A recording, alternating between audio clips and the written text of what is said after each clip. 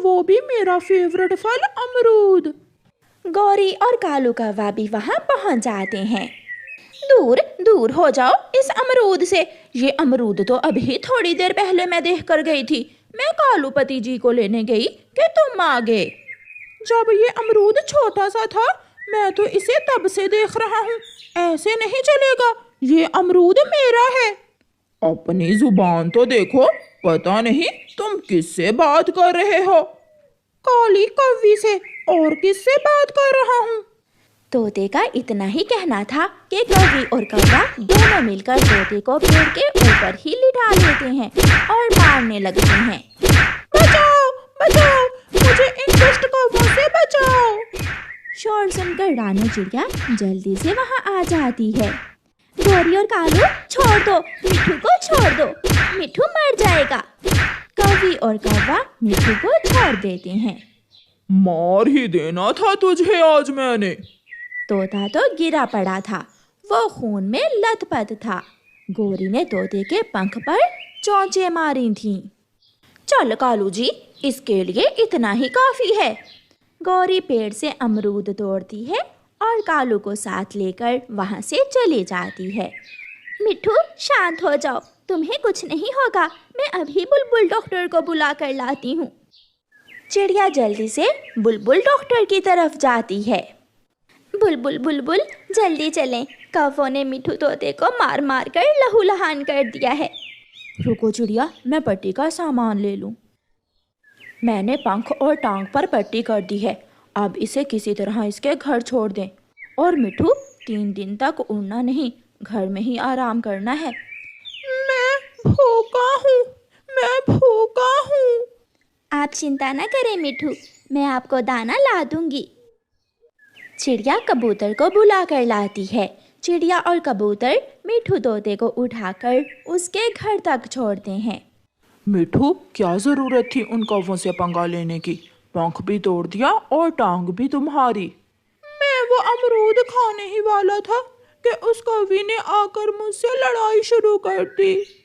मिठू, मैं अभी आपके लिए कुछ खाने को लेकर आती हूँ। चिड़िया जाती है और जंगल से कुछ दाना ढूंढकर मिठू तोते को ला देती है। चिड़िया, तुम्हारा ये एहसान मैं सारी जिंदगी याद रखूंगा। ऐसे ही 3 दिन गुजर जाते हैं और मिठू तोता ठीक हो जाता है। मिठू तोता अब फिर से उड़ने लगा था।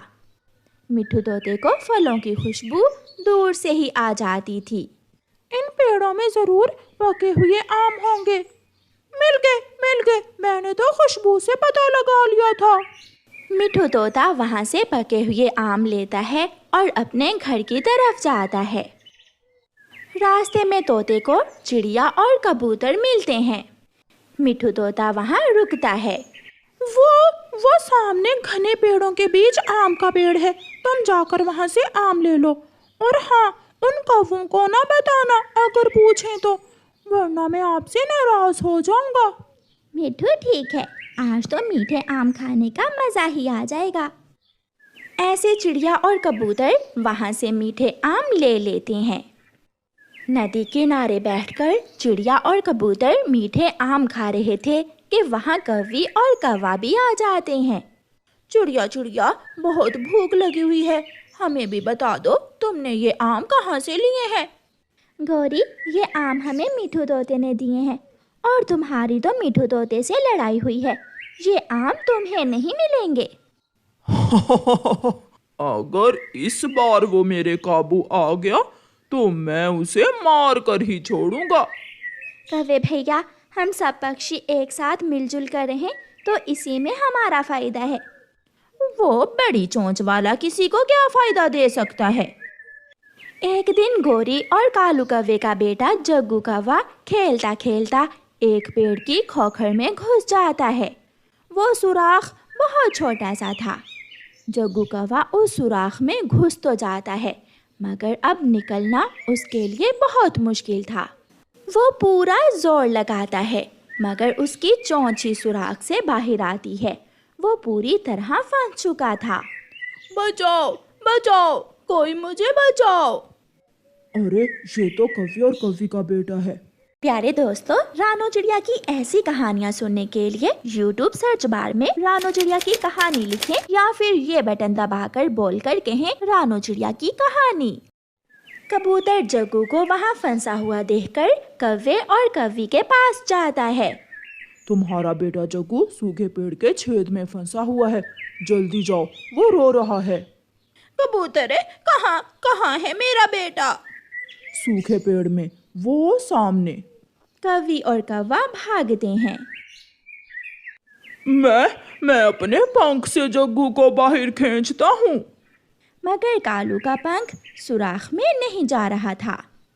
जग्गू बेटा, इस लकड़ी को अपनी चोंच में मजबूती से पकड़ लो और हम इसे खींचते हैं। मगर जैसे ही कौवा लकड़ी खींचता है, जग्गू से वो लकड़ी छूट जाती है। कौवा और कव्वी थक जाते हैं। चिड़िया, कबूतर और बुलबुल भी वहाँ आ जाते हैं। जग्गू बेटा, आप इतने छोटे